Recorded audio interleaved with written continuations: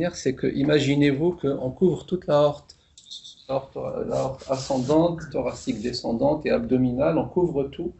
Et malgré ça, les patients ne sont pas à 100% paraplégiques. Là, tout est couvert, hein, et il y a un plug sur la sous-clavière qui est alimenté par la carotide commune gauche. Donc globalement, il n'y a rien.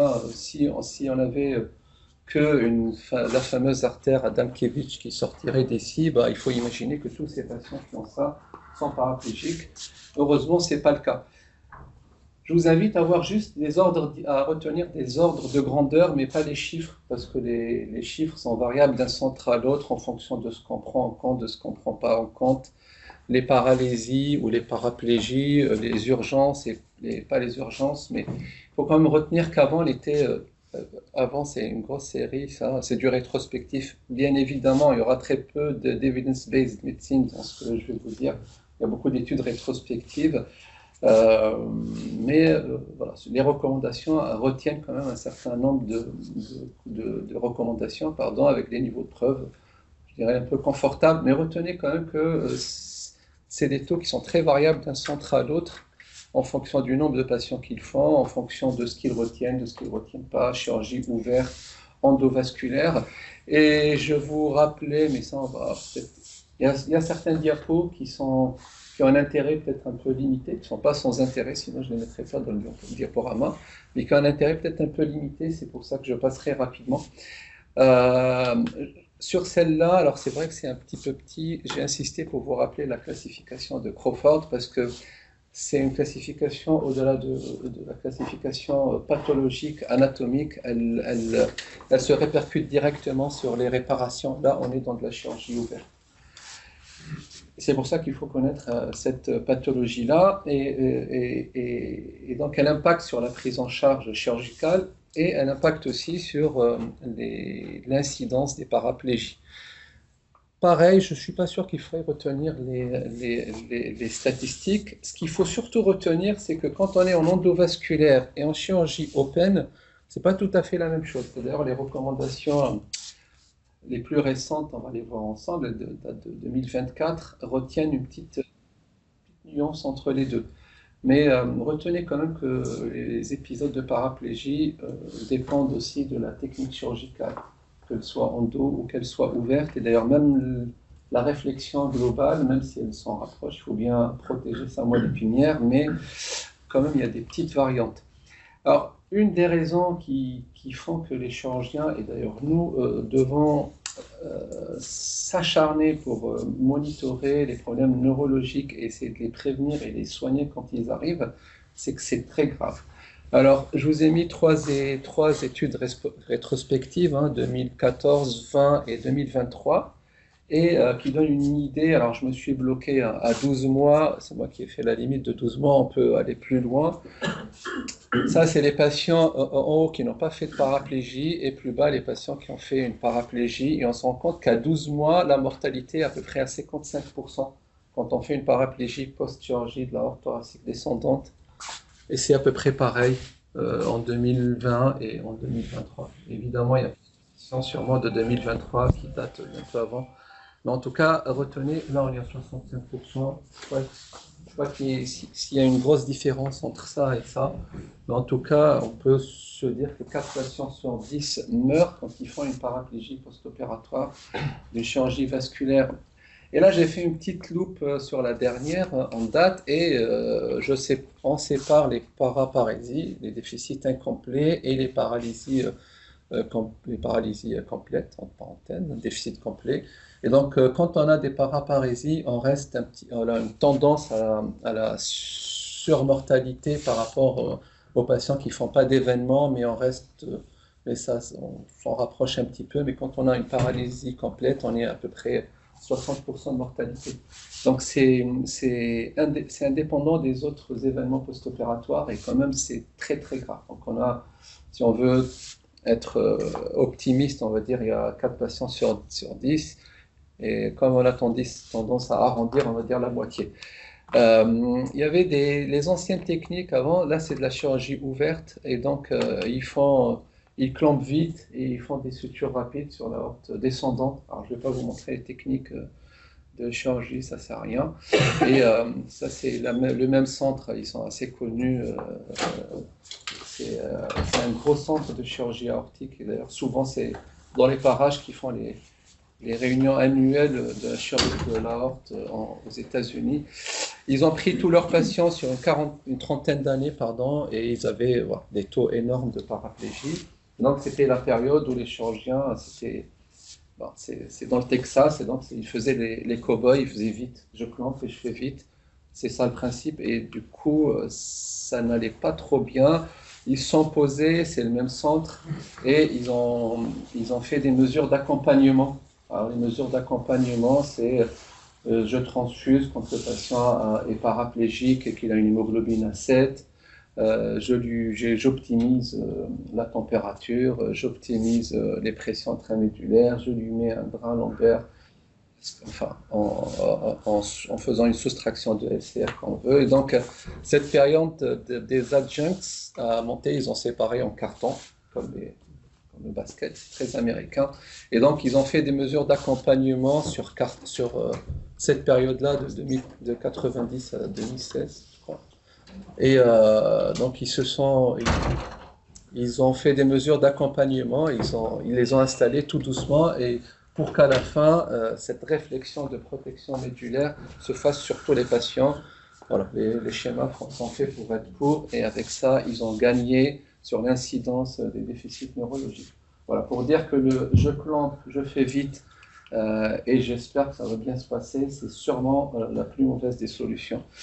Là, c'est pour vous rappeler que même en couvrant toute la aorte thoracique descendante, c'est-à-dire 100% de la aorte thoracique descendante, les prédictions d'ischémie médulaire ne sont pas à 100%. Parce que si on gardait ce fameux mythe de je préserve uniquement l'artère nourricière, la fameuse d'Adamkiewicz de la nourricière de la moelle épinière, pardon, et ben on peut la couvrir et on n'aura pas 100%. Bon, on aura une prédiction de 25%, mais jamais 100%. Enfin, vous me voyez venir, c'est pour vraiment, là, on va déconstruire certaines idées, et notamment qu'on a une seule artère, une seule zone critique qui donnerait la paraplégie si jamais elle était couverte ou non réimplantée quand ça de la chirurgie open. Je sais bien qu'il y a des scores qui ne sont absolument pas extrapolables. Vous aviez cette notion qu'il y avait une artère et si elle est couverte, le patient était paraplégique. Est-ce que vous avez déjà cette notion? Est-ce que vous imaginiez à un moment ou à un autre qu'on pouvait couvrir toute l'aorte et que les patients ne sortaient pas paraplégiques? C'est un premier point que j'aimerais qu'on puisse déjà intégrer, c'est que c'est bon. Voilà, le temps que ça reparte, c'est qu'on pouvait couvrir toute l'aorte thoracique, toute l'aorte abdominale, et l'aorte thoracique, la crosse, etc., que les patients ne sont pas forcément paraplégiques. D'ailleurs, heureusement, parce que les marfands, c'est souvent comme ça que ça se termine pour eux. Voilà, pareil, c'est une autre façon d'exprimer ce qu'on a fait sur la première diapositive, et là, c'est pas en pourcentage, mais c'est en longueur d'endoprothèse. D'endoprothèse qui couvre l'aorte thoracique descendante. Alors quand on parle de purement longueur, purement centimétrique, c'est assez, il y a une petite approximation parce que vous imaginez bien qu'il y a une petite variation en fonction de la taille, du gabarit des patients. Peut-être que la précédente diapositive qui parlait plutôt en pourcentage de l'aorte thoracique couverte est un peu plus parlante. Alors, le diapo est fait pour être structuré comme ça, mais je vais passer sur certains aspects. Le fait de savoir ce qui est en train de se faire en chirurgie, ça nous donne plus d'éléments pour que notre avis compte, on va dire. Donc, déjà, il faut essayer de minimiser. Ça va de soi. Chaque organe, quand il est clampé pendant longtemps, il a plus de malchance de faire l'ischémie, donc il faut essayer de le minimiser. Alors comment? Donc j'ai fait en sorte que les deux premiers points, sans les détailler, il y a plein de trucs qui manquent, hein. Il y a des études expérimentales où on donne de l'érythropoïétine, ça a été fait chez la souris, il y a le préconditionnement, tout ça, je suis passé rapidement, je ne vais pas vous les détailler, encore une fois, je ne les ai même pas mis sur le diaporama, c'est un diaporama que j'utilise pour le début des chirurgiens vasculaires, mais je l'ai un peu épuré pour laisser essentiellement la partie qui impact sur notre pratique. Ça, c'est surtout pour les chirurgiens. Il y a l'hypothermie, ça, tout le monde sait que l'hypothermie, ça protège les organes et ça protège notamment la moelle épinière. Alors, quand c'est de la chirurgie ouverte, ça n'a rien à voir. Là, c'est de la chirurgie de la crosse aortique, mais je voulais juste vous montrer certaines choses qui me semblent un peu intéressantes, surtout pour ceux qui font de la chirurgie cardiaque. Donc, la moelle épinière, si elle est refroidie, les patients sont un peu froids, donc ça protège. Sauf que quand on fait de la chirurgie de l'aorte thoracique descendante, les patients saignent et sont refroidis. Donc, c'est pas toujours pratique. L'idée est géniale, notamment quand on fait de la chirurgie de la crosse en arrêt circulatoire. Ça, c'est pour la chirurgie cardiaque, on sort un petit peu du contexte. Donc, on refroidit un petit peu. Et ça protège. Alors là, c'est surtout pour les collègues qui font de la chirurgie cardiaque, parce qu'ils ont tout le temps des avis dissonants par les chirurgiens. Il faut se rappeler que la température centrale et la température sanguine et la température de surface ne vont pas dans la même direction. Parce que les chirurgiens, quand ils sont pressés, quand ils ne sont pas pressés, surtout parce qu'on refroidit, on réchauffe les patients, quand ils ne sont pas pressés, ils attendent la température centrale. Quand ils sont pressés, ils se retournent vers le perfusionniste et lui disent ton retour veineux, il est à combien?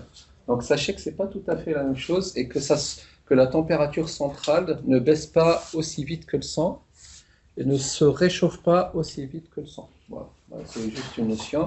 Et pour revenir à la moelle épinière, il y a des centres qui, au lieu de refroidir tout le patient, ils refroidissent uniquement la moelle épinière. En fait, c'est simple, ils mettent une péridurale avec une petite pompe, avec une entrée et une sortie. Une petite pompe qui tourne à un certain débit avec du sang, du liquide, c'est un liquide, c'est pas du sang, qui est froid. C'est une sorte de refroidissement localisé de la moelle épinière. On ne le retrouve pas dans les recommandations, mais bon, ça fait un peu partie des farces et attrapes de l'anesthésie. Par contre, ça, c'est vraiment... Là, on commence à rentrer dans des détails importants qui relèvent de la chirurgie. Pour ceux qui font de la chirurgie vasculaire et même les autres, donc on est dans une endoprothèse thoraco, alors parce que là, le transcéliaque est là, et là sur l'aorte thoracique. C'est une maladie anévrismale. Sachez que quand on traite un patient, on met des endoprothèses et on opère les aortes pour deux grosses pathologies, les anévrismaux et les occlusifs. C'est pas tout, enfin, l'approche n'est pas la même. Quelqu'un qui a un le riche, c'est pas un patient qui a un anévrisme parce que c'est un marfan.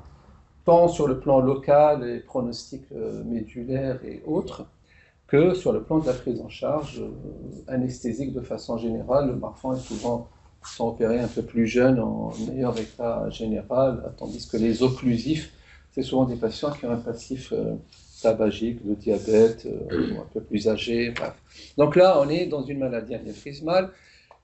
Ce que les chirurgiens peuvent faire, et ça, c'est pour faire en sorte que la moelle épinière s'adapte à son nouveau régime de pression une fois qu'elle est couverte.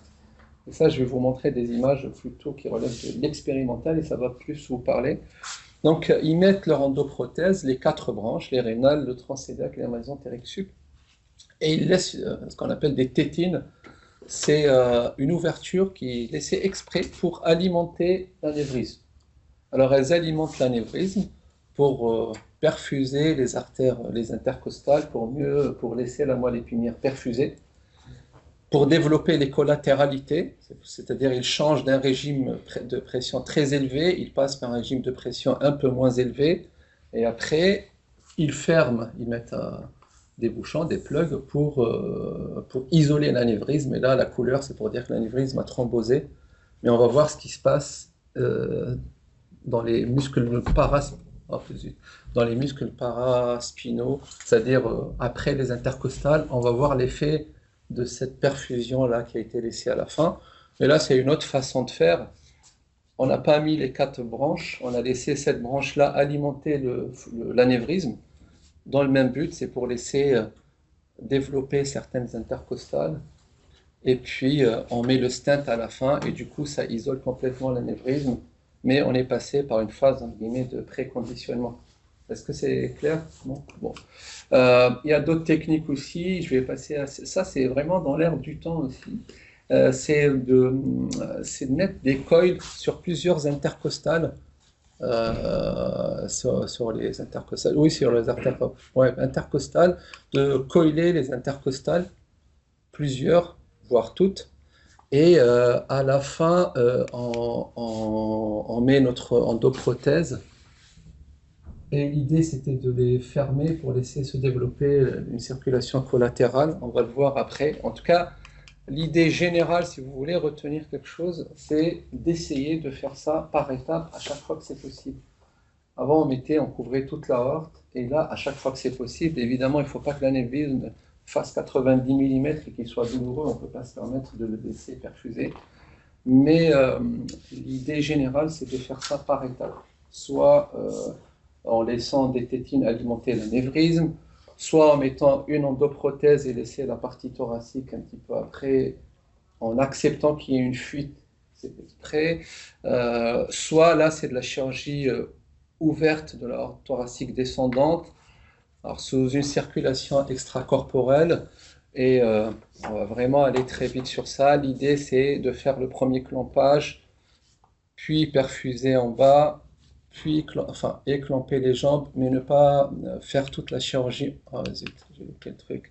En tout cas, c'est de faire un clampage étagé, étage par étage. Ouais, voilà. Ça, la première anastomose, puis on libère la première anastomose plus bas, et après on met, là c'est une CEC, hein, ça prend du sang de l'oreillette gauche ou une des veines pulmonaires, et c'est réinjecté en bas. Là c'est un système de refroidissement, c'est du custodiol qu'on met dans les artères rénales. Les dernières études montrent qu'il vaut mieux mettre un truc froid sur les artères rénales que de les perfuser par du sang chaud. Bon, on ne va pas aller sur ça, on n'est pas là sur la protection rénale, on est plutôt sur ce qui est médulaire. Alors là, on commence à rentrer, alors pas dans le vif du sujet, mais dans une partie qui pour moi a un très très grand intérêt. C'est pour vous rappeler que les artères, la segmentaire qui vont jusqu'à la moelle épinière, elles ont des interconnexions. Alors les interconnexions sont longitudinales, c'est-à-dire, je sais pas moi, L1, L2, et elles sont, excusez-moi, elles sont aussi latérales. Donc si on réimplante la droite et on réimplante pas la gauche, on a un système de récupération. Si on réimplante celle-là et pas celle-là, on a un système de récupération. Et vraisemblablement, si on ne réimplante pas celle-là, celle-là, celle-là, et que l'artère spinale, elle est là, l'artère spinale antérieure, hein, c'est tout petit, elle est alimentée par quelque chose d'autre, plus haut et plus bas. C'est pour ça que de toute façon, on peut tout couvrir et le patient n'est pas paraplégique. Donc déjà, comprendre qu'il y a des interconnexions étages, dans le même étage et entre les étages. Et à mon avis, c'est encore plus compliqué que ça, parce que après, ce qui perfuse beaucoup la moelle épinière, on se rend compte qu'il y a une vraie richesse des muscles paraspinaux, des muscles paravertébraux, pardon. Et à part l'artère spinale antérieure, il y a des interconnexions avec tout ce qui vient, tout ce qui est musculaire, tout ce qui est autour. Donc il y a un vrai réseau paraspinal qui se développe, qui existe, mais qui se développe quand on fait cette stratégie de étape par étape. Et là, ça c'est de l'animal, il y a 3 étapes, il y a une aortographie au début, et on fait, je vais vous l'expliquer un petit peu, on fait une orthographie et on voit la richesse, alors c'est un truc numérique, des interconnexions entre la ceinture scapulaire, parce que la tête est là, et la ceinture lombaire. Et donc, c'est pour dire que les interconnexions sont vraiment très très riches, et ça part vraiment entre le haut et le bas, hein, pas uniquement entre 2 étages contigus. Donc au début, on a une idée d'une artériographie. On a clampé pendant 48 heures, puis déclampé et refait une orthographie. On remarque qu'il y a un enrichissement des interconnexions, et on le fait à 5 jours. Et on voit que les interconnexions entre la ceinture scapulaire et tout ce qui est vascularisation scapulaire par le haut et tout ce qui est par le bas s'enrichit. Ça revient un petit peu à ce qu'on avait dit au début, quand on clampe étape par étape, il y a un enrichissement, et je crois que c'est le même truc, mais présenté autrement. Ils ont mis un vicril ici, hein, c'est pas comme ça, on a un ordre d'idée sur le diamètre, et après le clampage, donc là c'est native, c'est au début, vous savez, c'est ça. Et là, c'est après. Et la deuxième, c'est après 120 heures. Donc, on a clampé, on a déclampé. Il y a un enrichissement aussi, il y a même une augmentation de taille carrément des artères épidurales antérieures et même de l'artère spinale antérieure qui est là et qui est là après 5 jours de clampage puis un déclampage. Donc, en fait, les vaisseaux s'adaptent un petit peu. Si bien qu'on peut faire, par exemple, pour monitorer, enfin c'est un exemple, mais après c'est très, tout ça, l'intérêt est certain, mais la preuve n'est pas faite. En tout cas, c'est des trucs un peu pratiques. Donc vous avez une patiente qui a un drap lombaire qui est là le nom du truc, et on a mis une NIRS, bon, la même, en haut et en bas, et vous imaginez qu'à un moment il va y avoir un clampage à ce niveau-là. Donc là, ça nous permet de monitorer un petit peu la saturation veineuse autour de la colonne vertébrale, au-dessus du clampage et au-dessous du clampage. Alors, à part dire que sur les 1 ou 2 cm² en bas, que c'est moins bien ou mieux, je ne suis pas sûr que ça amène à un changement de la stratégie chirurgicale, mais bon. Mais en tout cas, ça a le mérite déjà d'intégrer dans sa tête que ce qui alimente la moelle épinière, ce n'est pas un seul vaisseau, mais c'est un gros réseau paravertébral aussi.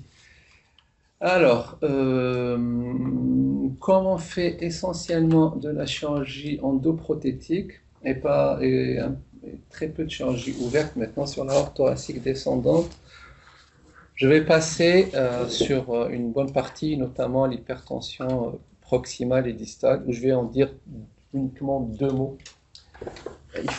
C'est de la chirurgie ouverte, d'accord? Ce qu'on fait, même c'est un peu l'extrapoler un peu sur la chirurgie endoprothétique, et ça c'est prouvé, c'est dans les recommandations américaines, on va montrer. Je vais vous donner un exemple simple. On va clamper l'aorte thoracique là, et on va la clamper sous les rénales. Enfin, oui, là, sous les rénales. Ce qui protège, entre autres, la moelle, c'est qu'on ait une bonne pression en bas et une bonne pression en haut. C'est-à-dire ce qu'on fait chez ces patients-là. Tous ces patients-là doivent être monitorés par 2 cathéters artériels, un en territoire radial et un autre en territoire fémoral. C'est-à-dire que ces patients-là, donc, il faut leur monter la pression au niveau radial, ça va de soi, c'est pour le cerveau. Et on leur met des assistants circulatoires, des CEC ou des ECMO pour bien perfuser le bas. Et ça fait partie des techniques de protection de moelle. Alors, on peut l'extrapoler, par exemple, sur la chirurgie endoprothétique. Par exemple, ne pas mettre 2 gros introducteurs en bas parce que les introducteurs, ça bouche les artères iliaques. Donc, on peut en mettre qu'un seul ou mettre des introducteurs un peu plus petits ou mettre les introducteurs et le retirer et faire les fenestrations par le haut. Voilà. Globalement, il faut avoir une bonne pression. Et ça nous mène, à mon avis, je sais que Nicolas, il sait que je présente tout le temps ça, mais pour moi, franchement, ça dit tout sur ce que nous faisons. Alors, on va prendre ce petit chien. Après, il va falloir on va faire des clampages étagés. Et là, si vous arrivez à suivre, ça sera, je crois que ça va vous expliquer vraiment ce qui se passe chez l'homme aussi. Donc, ce petit chien, on va lui faire plusieurs niveaux de clampage. Et on va monitorer certaines choses. Alors, on va lui monitorer. PAP, c'est la pression proximale, je vous en ai parlé. On va dire c'est chez l'homme, on va dire c'est une radiale. Okay, on va lui faire une pression distale, on va dire c'est une fémorale. On va lui prendre aussi une pression, ce qu'on pourrait appeler la Damkiewicz, c'est le plus grand vaisseau, c'est une sorte de confluent entre le maximum d'artères segmentaires. Et on va mettre un capteur infrarouge qui capte le débit au niveau de la moelle épinière. C'est clair? En haut, en bas, sur la Damkiewicz, et un capteur de débit. Donc 3 pressions et du débit. Et on va mettre 3 conditions de clampage. Alors juste on lui rajoute un petit truc, c'est ça, c'est un bypass. Alors, c'est un bypass, c'est une sorte d'axillofémoral. D'ailleurs, c'est un axillofémoral, c'est ça en fait. Ça, c'est de la prothèse, hein, d'accord? Ça. Ça équivaut, je vais vous montrer le schéma un peu. Chez l'homme, ça équivaut à ça. Mais ça, on les détaillera pas après, hein. C'est les CEC, c'est pour la chirurgie ouverte. Chez l'homme, en chirurgie, ça équivaut à ça. C'est-à-dire, l'aorte est enclampée, on prend de l'eau oxygénée. Ça marche. À part faire des bulles, ça ne marchera pas trop. On prend du sang oxygéné qui sort de l'aorte et on le rejette en bas. Donc ça équivaut à ça. Comme ça, quand l'aorte est clampée, on perfuse la partie basse du corps. Sauf que là, chez l'homme, on fait une pompe plus un oxygénateur. Donc, on va passer. D'accord? Donc au petit chien, on va lui faire ça. On va lui faire ce qu'on appelle la CEC du pauvre, c'est-à-dire un shunt passif, un axillo-fémoral. Alors passif parce qu'il n'y a pas de pompe. Donc il compte sur les contractilités cardiaques pour faire arriver le sang en bas. Et on prend la première situation, tout est libre. L'aorte, le pontage, tout est libre, il n'y a rien de clampé. Et on regarde un petit peu la pression proximale, la pression distale, la pression de la moelle épinière, la Adamkiewicz, et le débit. État de base, on met la noradrée, toutes les pressions montent, et le débit est stabilisé parce qu'il y a un système nerveux et donc un système d'autorégulation. Logique. Ouais. Deuxième étape, on commence à embêter le petit chien, on lui clampe les intersegmentaires en haut, on clampe complètement la partie où entre parenthèses, il y a l'Adamkiewicz, alors c'est un chien, donc il a 6 lombaires, etc. Et on clampe en bas, et on laisse le shunt perméable. Donc ce qui va se passer, on va lui mettre de la noradrée à ce monsieur. Ce qui va se passer, c'est que la pression d'en haut va monter, c'est logique, la radiale. La pression du bas va monter aussi parce qu'elle continue à être alimentée. On est d'accord, c'est la distale. Et paradoxalement, tout ça, c'est que la pression de la Adamkiewicz, c'est-à-dire ici, qui est censée être clampée, elle monte aussi. D'accord? Donc la pression de perfusion de la moelle épinière, même quand les artères principales sont clampées, elle réagit quand même, et le débit réagit quand même à la montée de la pression artérielle. Alors, pas de la noradrénaline, je pense qu'on aurait pu faire peut-être de l'éphédrine. Mais en tout cas, même quand tout est clampé, quand presque tout est clampé, ça réagit quand même. Là, on prend la situation la plus évoluée de clampage, donc on clampe comme avant, et on déclampe le bypass. Donc ce qui va se passer, on met de la noradrénaline, on est d'accord. Donc la pression en haut, elle va monter. La radiale. La fémorale ne va pas monter parce qu'elle n'est alimentée ni par là ni par là, mais toujours, paradoxalement, avec la noradrénaline, la pression de perfusion médulaire va monter et le débit de perfusion va monter, après il va trouver son équilibre. Donc voilà, c'est pour dire qu'il y a des choses qui se passent quelque part par là, qui viennent d'en dessous, qui viennent d'en haut, qui font que la perfusion médulaire continue à réagir à une augmentation de la pression artérielle. Et donc c'est probablement le truc le plus important de ce topo, c'est qu'il faut se rappeler que la pression de perfusion médulaire, c'est la PAM moins la PIM. Et que là où on a toujours la possibilité d'agir autant qu'anesthésique, c'est de monter la pression artérielle moyenne. Ce qui fait qu'on montera par conséquent la pression de perfusion médulaire. Alors, évidemment, on ne peut pas la monter éternellement parce que c'est quand même des patients qui vont saigner, il y a des anastomoses fraîches, c'est de l'anévrisme, etc. Mais retenez que l'action de monter la pression artérielle moyenne est toujours efficace. Alors, ça ne l'empêchera pas d'être paraplégique, hein. Mais en tout cas, c'est une action qui donne un résultat. On est sûr toujours que ça donne un résultat. Alors là, on avait montré ça, on va passer, c'est de la circulation extracorporelle. Et là, c'est les recours de l'ACTS et la STS, c'est les deux sociétés européennes et américaines. C'est rare qu'ils se réunissent pour donner. Alors, je vous invite pour les plus curieux. C'est sorti en mars 2024. C'est peu digeste, il y a 70 pages, je crois, mais ça parle de tout ce qui est prise en charge des pathologies aortiques chroniques et aiguës. C'est vachement intéressant. Encore une fois, c'est deux grosses sociétés qui se sont penchées sur ça. Et bon, j'ai adoré lire ça. Bon, je n'ai pas tout lu, je ne vous cache pas, mais une bonne partie, c'est très très bien. D'ailleurs, les courbes de différence de réchauffement et de refroidissement des températures, je l'ai prise par là, j'ai oublié de mettre la référence. Alors, ce qui est, là, c'est comme d'habitude, à toutes les recos, là, le niveau de preuve, et là, c'est le niveau de recommandation. Donc, je vous disais qu'il y avait une petite différence entre tout ce qui est endoprothétique et tout ce qui est ouvert. Quand c'est de la chirurgie ouverte, le drainage lombaire est recommandation de niveau 1. Pour les patients, alors j'ai mis que le prophylactique. La partie curative, on en parlera à la fin.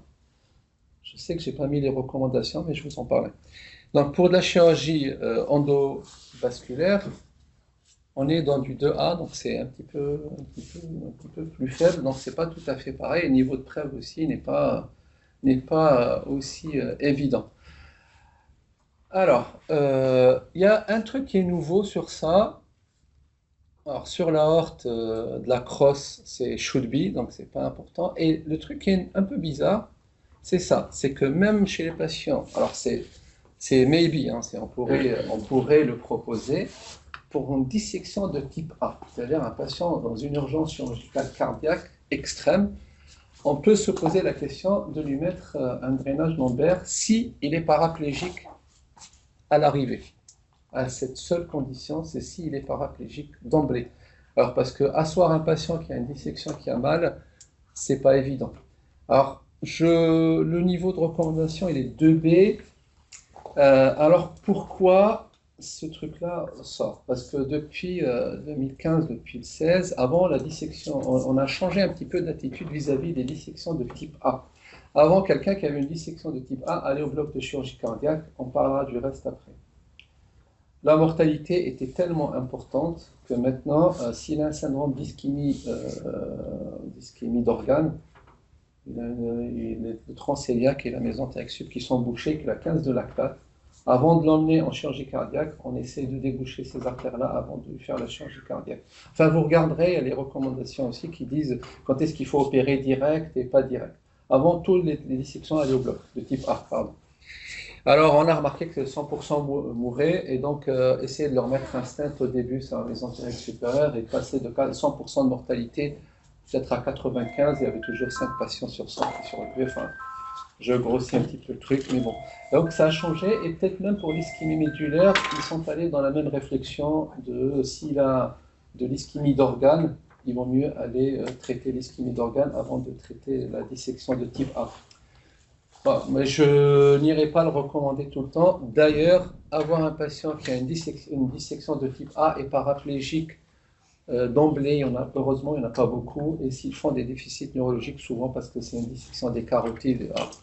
Mais je reste un peu pas dubitatif. En tout cas, c'est nouveau, mais c'est dans l'état d'esprit où opérer une dissection de type A en extrême urgence avec un arrêt circulatoire et tout, sans reperfuser les organes. En tout cas, c'est une vraie réflexion qu'il y a maintenant. Bon, voilà. Encore pour vous dire qu'il ne faut pas aller sur les statistiques 20% avant de faire le drainage, réduit à 2,3% une fois qu'on a fait le drainage. Je ne suis pas sûr que ces statistiques-là ont une importance, mais c'est la réflexion générale qui a son importance.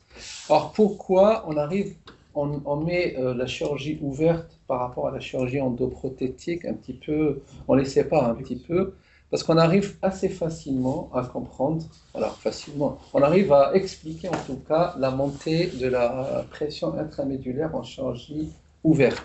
Parce qu'en clampant l'aorte, on va clamper l'aorte thoracique, on va avoir une augmentation du retour sanguin au niveau du cerveau, on va avoir moins de circulation en bas, donc la masse sanguine par le haut est plus importante. Et donc là, on a une augmentation de la pression intracrânienne, et comme le LCR du crâne communique avec le reste, et donc on va dire, on explique comme ça l'augmentation de la pression intramédulaire.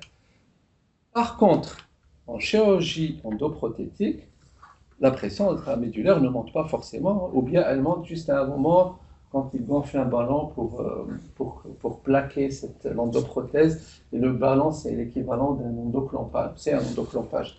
Donc la pression ne monte pas forcément, il faut bien comprendre, et c'est pour ça que drainer un patient pour une endoprothèse, ça doit se discuter au cas par cas et chez les patients à haut risque.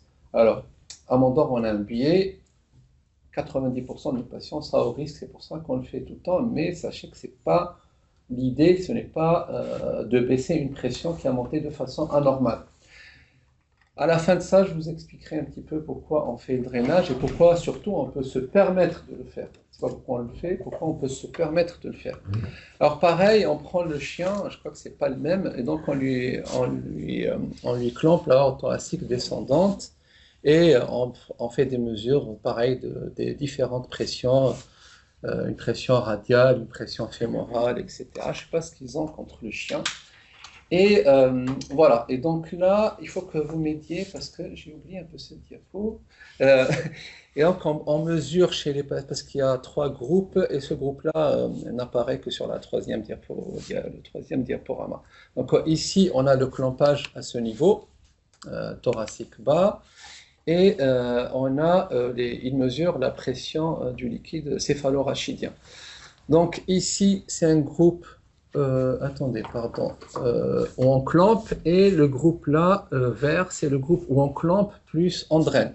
Donc le groupe où on clampe la horte ascendante sans drainer, on a une petite montée de la pression, et là je vous avais essayé d'en faire la démonstration sur la première diapo. Et là, chez les patients où on draine, forcément on draine, donc la pression elle est montée, mais on a pu la redescendre forcément. Voilà, ça paraît la pression médulaire. Et là, c'est du pareil au même, c'est la pression de perfusion. Donc là, on a la pression du LCR, c'est-à-dire la PIM, et là, c'est la pression de perfusion médulaire, c'est-à-dire la PPM. D'accord? Donc forcément, plus l'une monte, plus l'autre descend. Parce que la pression de perfusion médulaire, c'est PAM moins PIM. Ça va, vous suivez là? Donc, étant donné qu'on baisse la pression médulaire en drainant le LCR, la pression de perfusion médulaire, pas la pression du LCR, est meilleure parce qu'on a baissé la PIM. Contrairement aux autres patients où on n'a pas drainé la PIM, donc la pression est moins bonne. Ce qui est peut-être un peu peut-être ce qui est un peu intéressant, c'est qu'on reprend exactement la même, hein, et ça c'est sur le débit, c'est un calculateur de débit. Je vous avais montré au début qu'on avait un truc infrarouge qu'on pouvait mettre sur la moelle épinière pour calculer le débit. Quand on déclampe, ce qui se passe dans ce groupe-là, le groupe orange, vous vous rappelez le groupe orange, c'est lequel? C'est on draine ou on draine pas? Non, c'est on draine pas. Alors, on draine pas, on va regarder ici, on clampe la horte. On va essayer de voir. On clampe la horte. Le débit de perfusion de la moelle s'effondre parce qu'on n'a pas baissé la PIM. Donc c'est le groupe où on ne draine pas. Le groupe bleu, c'est contrôle, on oublie. Le groupe vert, c'est le patient où on draine le liquide céphalorachidien. Et donc, la perfusion de la moelle épinière est meilleure parce que PAM moins PIM, on a un meilleur débit de perfusion médulaire. Vous arrivez sur ou pas? Ce qui se passe, c'est au déclampage, les patients qui ont été drainés retrouvent à peu près un débit de perfusion qui est le même que les patients contrôle, sauf qu'il y a un phénomène d'hyperémie et d'œdème médulaire qui va s'installer chez les patients où on n'a pas drainé. Ça a une répercussion, donc c'est assez vieux, c'est de 89, mais l'expérimental nous permet de faire ce qu'on ne peut pas faire chez l'homme. Alors, bon. Le drainage lombaire, c'est pourvoyeur quand même de beaucoup de complications. Je ne sais pas si on va toutes les passer. Bon, ça fait l'hémorragie méningée, l'hématome sous-dural chronique, l'hématome sous-dural aigu. Ça fait forcément, on peut avoir un cathéter qui est cassé à l'intérieur, et la paraplégie n'est pas liée à la chirurgie, mais liée à un hématome lié à la ponction, ou bien, ou bien un cathéter qui est contenu à l'intérieur. Et donc, les patients qui ont un TEVAR, c'est de la chirurgie par endoprothèse, qui ne sont pas à risque, il faut vraiment se poser la question de leur mettre un drainage ou pas, parce que c'est quand même un geste particulièrement invasif. Les chirurgiens vasculaires, non, le radiologue vient de me parler, ça fait 2-3 semaines, de la pose sous scopie. Alors, c'est parce que, c'est le chef, ça, c'est Hicham Kobaïta, on a dit, il ne voulait pas qu'on vous les mette sous scopie. Alors, à mon avis, il ne faut pas les mettre sous scopie, pas au jour d'aujourd'hui. On est anesthésiste, il ne faut pas qu'on perde certains gestes, même si la noblesse de notre métier n'est pas elle est plus dans la réflexion, dans la technicité. Je crois qu'on n'est pas obligé de le faire. On peut faire sous écho, essayer de faire une rachie sous écho, c'est équivaut à une rachie sous écho. Voilà, pour vous dire qu'il y a des gens qui sont intéressés à la chose. Il y a... Alors, je vais revenir et je vais bloquer ici un petit peu. Je vais revenir sur ça après, pardon. Il y a des systèmes automatiques pour faire le drainage de façon contrôlée. Et après, on va parler un petit peu des débits et tout, et je vous expliquerai un petit peu certaines petites subtilités, en sachant qu'il faut quand même revenir sur ça, lire un petit peu, pour savoir. Il y a plein de systèmes automatiques. Nous, on a essayé celui-là. Ouais, ça c'est une photo de notre blog, c'est le même. Alors, toutes les études qui ont tenté de valider le système automatique ont été faites avec ça, avec une panne supérieure à 100 mm de mercure. Ils ne sont pas cons, les industriels, ils savent très bien ils ont bien compris d'emblée que bien perfuser, ça passait déjà par améliorer la panne. Donc ils ont bien compris. Donc le système, ça c'est une image de chez nous, avec la même interface, et donc on a réglé une pression idéale à 10 mm de mercure, je dis n'importe quoi, des alarmes hautes, des alarmes basses, un maximum de drainage, c'est-à-dire 20 ml par heure. Là, c'est un réglage qu'on a souhaité pour faire la démonstration. Après, je vous dirai ce que je pense des débits et tout. Et là, 0,2 ml par heure, c'est par exemple ici, quand le patient n'est pas drainé, parce que la pression de ce patient-là, c'est celle-là. C'est celle qui est pulsatile. Elle est pulsatile. Elle est à moins de 10, donc le patient n'est pas drainé. Mais on peut régler une petite vitesse de sécurité qui est à 0,2 ml par heure pour que le cathéter ne se bouge pas. Ok, donc c'est-à-dire que même si la pression répond à notre objectif, on peut mettre un petit truc de débit 0,1 ou 0,2 pour que ça ne bouge pas. Alors, ça a des avantages et ça a des inconvénients. L'avantage, c'est qu'on oublie, on ne s'occupe plus du drainage, c'est un système assez sécurisé, on règle tout au début. Il est occlusif, c'est-à-dire si la pression est basse, le système ne va pas drainer. Il n'y aura pas d'accès. Le petit inconvénient, c'est que comme c'est automatisé, on va lui mettre une limite supérieure au-delà de laquelle il ne va pas aller de drainage. Et c'est-à-dire s'il y a des time points, des moments importants où le liquide de céphalorachidien fait des pics. Quand on fait un drainage manuel, nous on sait que là il fait un pic, j'ai envie d'en drainer un petit peu plus parce que c'est volontaire, et la machine elle gardera toujours la même voilure, la même vitesse de drainage qui est réglée à son maximum. Et donc sur des moments clés où nous on a envie d'être un peu plus proactif, forcément la machine elle va se mettre 20 millilitres au maximum par heure, et glisse de pression, elle ne vaudra pas son heure. Bon, c'est peut-être un petit truc, mais franchement, nous, on a eu une expérience assez bonne avec ça. Alors, pourquoi je vous disais qu'on peut se permettre de drainer de LCR et pas on est obligé de drainer? Il y a une toute petite nuance. Alors, on va revenir à la formule. La pression de perfusion médulaire, c'est la PAM moins la PIM. La pression du LCR, alors PIM, c'est peut-être pression LCR, intramédulaire, c'est un petit abus de langage, on va dire, un petit abus d'écriture même. La pression, la PAM, on peut passer de 60 de PAM à 90 de PAM. D'accord. C'est-à-dire on peut mettre de la noradré, si le montage est stable, si on prothèse, il ne saigne pas, on gagne 30 mm de mercure. Tandis qu'une pression intramédulaire, elle va être de quoi? De 15, de 20, on va la drainer à 0. On aura gagné 20 mm de mercure. Ou elle est à 12 et on va la mettre à 8, on va gagner 4 mm de mercure. Donc, en tout cas, en termes de chiffres, la PAM compte plus que la PIM, en termes de chiffres. Ce qui fait que si on doit s'acharner sur quelque chose, c'est de bien perfuser notre patient. Et je vous ai montré que même clampé de partout, monter sa pression permet de le perfuser. Alors, pourquoi on se permet, je reviens à pourquoi on se permet de drainer? Parce que, j'ai envie de dire, paraplégique, c'est 50% de mort, et parce que le liquide céphalorachidien qui circule à peu près, il y a 150 et 200 millilitres. Ouais, il a un volume de distribution, alors, je vais donner des chiffres approximatifs, mais une bonne moyenne, 150 millilitres qui circulent. Alors que par jour, il y a une production par le plexus choroïde qui est entre 400 et 600.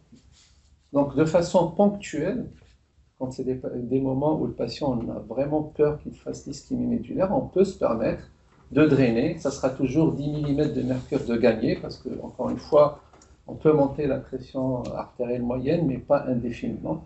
On aura toujours quelques millimètres de mercure de gagné. On sait que le risque, alors c'est une mesure, enfin, c'est une technique, hein, il y a un risque de brèche, d'infection, etc., etc. Mais un risque calculé versus 50% de morts à une année, c'est quand même assez, je crois que c'est largement justifié, et c'est pour ça que la Société européenne et américaine de chirurgie cardiovasculaire et thoracique continue à le recommander. Voilà. Donc c'est pour ça qu'il y a c'est pour ça qu'il y a des volumes maximum de drainage qui ne doivent pas, pour ne pas arriver au surdrainage, il ne faut pas aller au-delà du quart ou du tiers des capacités de production journalière.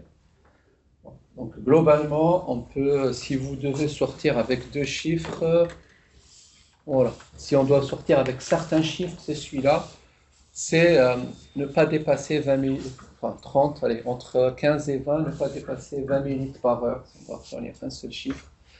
Ne pas dépasser le tiers ou le quart des productions journalières, c'est-à-dire ne pas dépasser 150. Alors je donne des limites inférieures, hein, exprès, parce que je vous ai expliqué qu'en termes purement de chiffres, on gagnait plus avec la PAM que la PIM, et donc c'est pour ça que je donne les chiffres inférieurs. Pas plus de 20 par heure, pas plus de 150 millilitres par jour. L'objectif de pression est plutôt à 10, pas de 15 comme avant.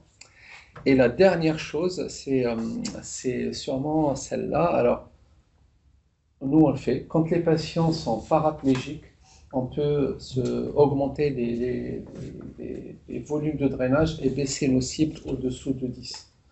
Alors, pour une simple raison, c'est qu'un patient qui sort paraplégique, donc on sait qu'en baissant les pressions au-dessous de 10 et en drainant de façon un peu plus libérale, vous trouverez des écrits qui disent « je draine jusqu'à ce qu'il bouge ». Ah, mais bon, je ne suis pas sûr qu'il bouge à un moment ou un autre, hein, mais bon, mais en tout cas, ça en vaut la peine, parce que vivre avec une paraplégie sur les 60% des survivants, c'est assez dur, et mourir une chance sur deux au bout d'une année, ça, je ne sais pas quelle est le plus dur des deux, mais bon.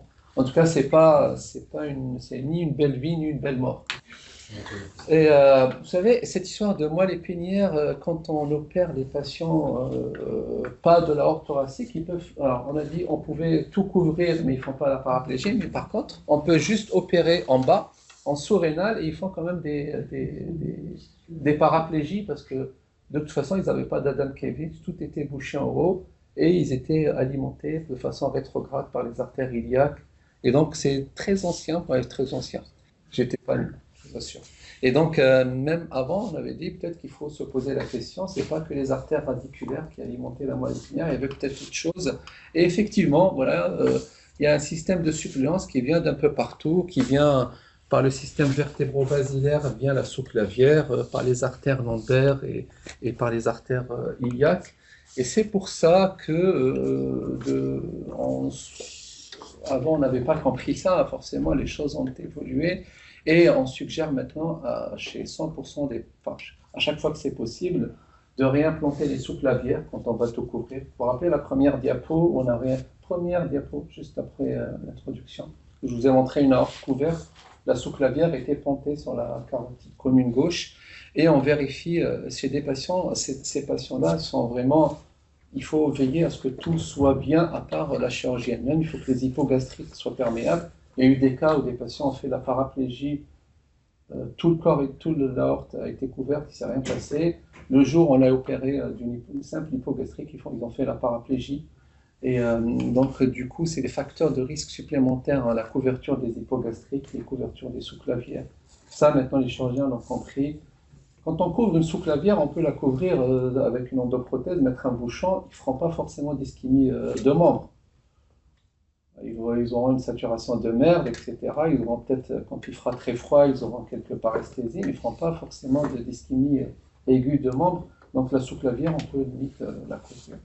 Mais c'est un facteur, on expose à plus de risques de faire une paraplégie médulaire, et c'est pareil aussi pour les hypogastriques. Je voulais vous parler des potentiels évoqués. Alors on les a utilisés, mais on l'utilise de moins en moins parce que on fait plus d'endoprothèse que de chirurgie ouverte, et là c'est plutôt l'intérêt est plutôt dans la chirurgie ouverte. Ça c'est mon avis perso. Mais voilà, mais pour dire que c'est un bon indice quand les potentiels évoqués disparaissent d'un côté, et ben on fait des choses. Voilà, par exemple, on augmente la pression artérielle, la PAM. On augmente, vous vous rappelez, la pression distale. Si on est, c'est plus intéressant dans la CEC. Donc, quand on est clampé par là, on augmente la pression radiale et on augmente un peu le débit sur les jambes. On peut voilà, baisser le liquide céphalorachidien, augmenter l'hémoglobine, réimplanter d'autres intercostales, etc. Alors, je ne suis pas sûr que sur les chirurgies endoprothétiques, ça serve à quelque chose. Par contre, réveiller les patients immédiatement, c'est très utile. Là, c'est pareil, c'est de la chirurgie ouverte. Alors, je vais essayer de... Alors, gardons juste ces deux là, parce que c'est trop compliqué pour moi. La tibiale antérieure et droite et gauche. Et donc, elles étaient... Alors, je sais pas, c'est du bleu ou c'est du mauve, ça? Ou c'est du violet? C'est du violet. Donc là, elles sont superposables. À un moment, on clampe, pardonnez-moi, le A. Le B plutôt. Voilà, on clampe l'artère commune, ilia commune droite, et donc on a une chute. Là, c'est des potentiels évoqués, hein, c'est l'intensité de la réponse. On a une chute. Dans un deuxième temps, donc on la déclampe et on vérifie que finalement les potentiels évoqués remontent au niveau à gauche. Et donc, qu'est-ce qu'on décide? On dit finalement, cette artère-là, l'hypogastrique était très importante. Qu'est-ce qu'on fait? On clampe, et donc elle rechute pour la réimplanter et assurer qu'elle soit bien perméable. Et à la fin, la gauche et la droite sont superposables. Voilà, bah, je ne suis pas sûr que ça soit voilà, en chirurgie endoprothétique. Alors, qu'est-ce qu'on peut faire en chirurgie endoprothétique? Un exemple. Si les potentiels évoqués disparaissent, on peut dire, tiens, je vais faire un trou avec le laser dans l'endoprothèse pour la rendre perméable et la reboucher dans un deuxième temps. Ça peut se faire aussi. Mais cette décision, je ne suis pas sûr qu'en chirurgie, comme ça, on décide de faire un trou dans l'endoprothèse juste sur des données de potentiel évoqués. Si le patient se réveille paraplégique, peut-être qu'on irait jusqu'à le faire. Mais sur un potentiel évoqué, je ne suis pas sûr. Pour l'histoire, on a utilisé les potentiels évoqués plusieurs fois, et une fois en chirurgie endoprothétique, et le patient, en fait, il était tout simplement en ischémie de membre, pas en déficit d'origine neurologique. Il est fini avec un pontage, et finalement, sa jambe a récupéré. Certains facteurs de risque, encore une fois, pour faire de l'ischémie médulaire. Alors, c'est pour ça qu'il faut... c'est beaucoup de choses, c'est pas parce qu'on couvre 150, enfin l'idée c'est plus de 20 cm qu'on fait une paraplégie, donc il y a certaines choses qui reviennent, dont je vous ai parlé, c'est couvrir plusieurs territoires en même temps, que le patient ait déjà été opéré et qu'il ait un problème et abdominal et thoracique. Je vous avais montré le fameux article de 1975 qui disait tiens c'est bizarre, on a travaillé en bas mais le patient est quand même paraplégique. Les contextes d'urgence sont à haut risque, le fait de couvrir une artère hypogastrique ou travailler sur d'autres vaisseaux, les problèmes d'hypotension, les artères sous-clavières qui sont couvertes et pas réimplantées. Donc on est en train, enfin là ça vous rappelle un petit peu ce qu'on a dit au tout début, je ne sais pas si on est plus en retard, presque. On va revenir aux paraplégies qui s'installent après. Rappelez-vous la fameuse image du chien, là, une fois déclampé, quand on n'a pas drainé le liquide céphalorachidien, où il fait de l'hyperémie, c'est des patients qui peuvent faire de l'œdème médulaire, et donc ils font de l'œdème médulaire en écrasant les artères qui perfusent la moelle épinière, et donc ces patients-là font ce qu'on appelle des paraplégies tardives, qui peuvent s'installer entre J1 et J21, avec un pic sur, enfin peut-être J2, J5.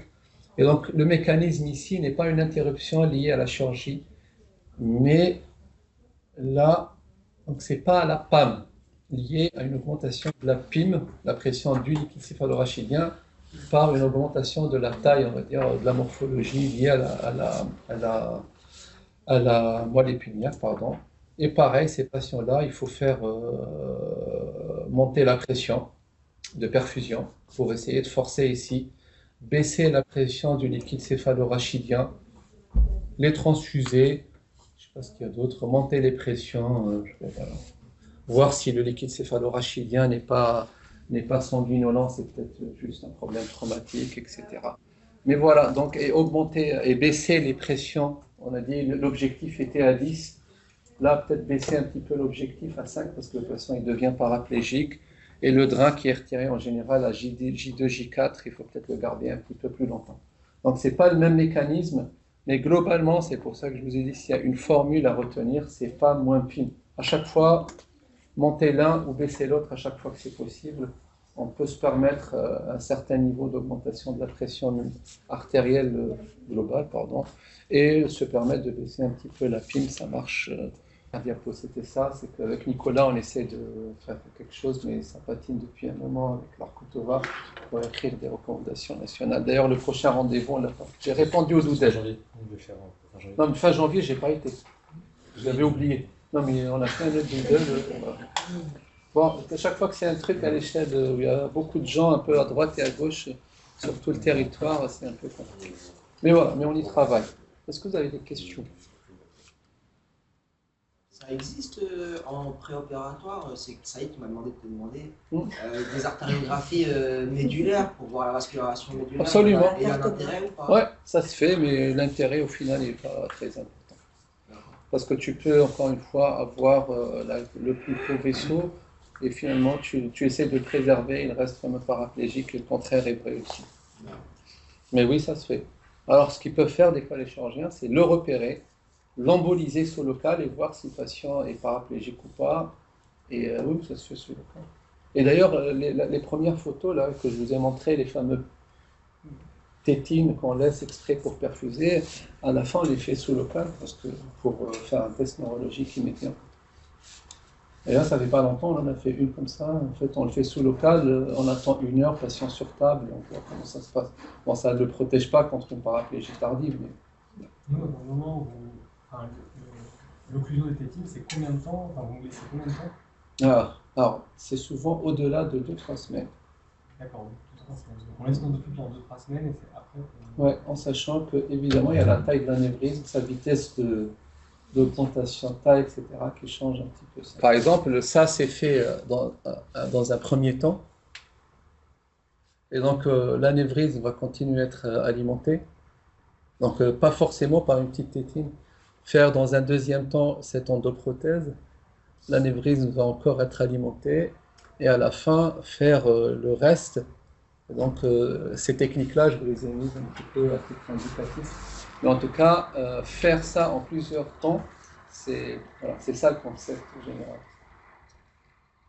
C'est faire ça en plusieurs temps. C'était super. Merci.